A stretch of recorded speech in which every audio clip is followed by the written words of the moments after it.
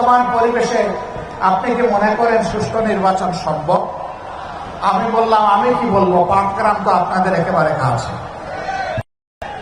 পাটগ্রামে কি হচ্ছে, কি হয়েছে আপনারা দেখতে পাচ্ছেন। আর শুধু পাটগ্রাম নয়, সারা বাংলাদেশকে এখন পাটগ্রাম বানিয়ে ফেলছে। এই অবস্থায় সুষ্ঠু নির্বাচনের কল্পনাও করা যায়। সুষ্ঠু নির্বাচনের জন্য মৌলিক সংস্কার অবশ্যই করতে হবে। আমরা সেই সংস্কারগুলোর কথা বলেছি। আমরা ওই সংস্কারও আদায় করে ছাড়বো এবং সুষ্ঠু নির্বাচনও আমরা ইনশাআল্লাহ আদায় করে ছাড়ব। কেউ যদি আওয়ামী ফ্যাসিবাদ আমলে নির্বাচনের স্বপ্ন দেখে, আমরা বলবো মহান আল্লাহর সাহায্যে আমরা সেই স্বপ্নকে দুঃস্বপ্নে পরিণত করবো ইনশাআল্লাহ। এ স্বপ্ন বাস্তবায়ন হতে দেওয়া হবে না। কোন প্রশাসনিক কূপ করতে দেওয়া হবে না।